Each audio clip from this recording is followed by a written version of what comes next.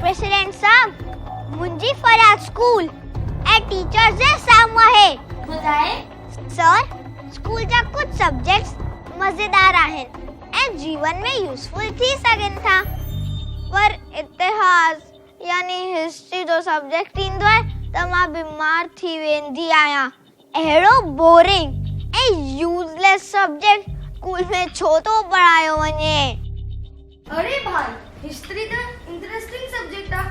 हुनमां असांखे इंफॉर्मेशन मिलदी आहे, पंहिंजो देश, पंहिंजी संस्कृति, पंहिंजा लीडर्स केतिरा महान आहिनि। What rubbish! मुगल पीरियड पढ़ंदे ऐं यादि रखंदे मुंहिंजो त दम ई निकिरी वेंदो आहे। अरे भाई, हुमायूं अकबर जो पीउ या अकबर हुमायूं जो, असांखे कहिड़ो वास्तो?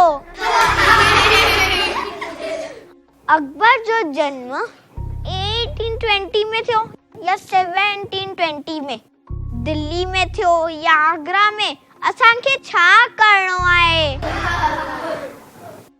असांखे शांती सां जीअण ॾियो, खाइण पीअण ॾियो, टीवी ॾिसण ॾियो, निंड करण ॾियो। छो असांजे पुठियां पइजी विया आहियो?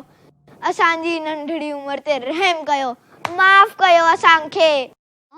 मिस, पढ़ाई मां परेशान भाई, इन बारे में थोड़ो सोचणो पवंदो, पोइ पाण डिसाइड कंदासीं त छा करणो आहे।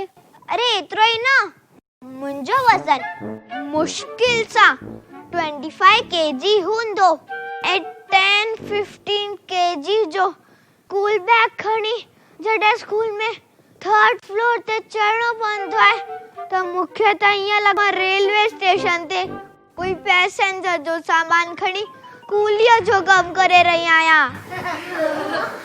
ओके ऐं स्कूल मां वापसि घर ईंदी आहियां त बि पढ़ाई मुंहिंजो पीछो ई न छॾींदी आहे।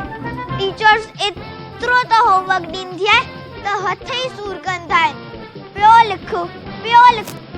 लिख ऐं लास्ट पेज त मुंहिंजा हैंडराइटिंग अहिड़ा थी पवंदा आहिनि जो नेक्स्ट डे टीचर चेक करे त गुस्से में मूंखे पढ़ण लाइ चवे त मां ई न पढ़ी सघंदी आहियां। टीचर असांखे क्लास में सही तरीक़े सां सम्झाइनि त सम्झ में अची वेंदो आहे। ईअं 10 दफ़ा लिखण सां ऐं रटो मारण सां मूंखे त चक्कर था अचनि। ओके चिल्ड्रन यूनियन मूंखे मदद न कंदी त मां स्कूल जे ॿाहिरां भूख हड़ताल शुरू कंदसि।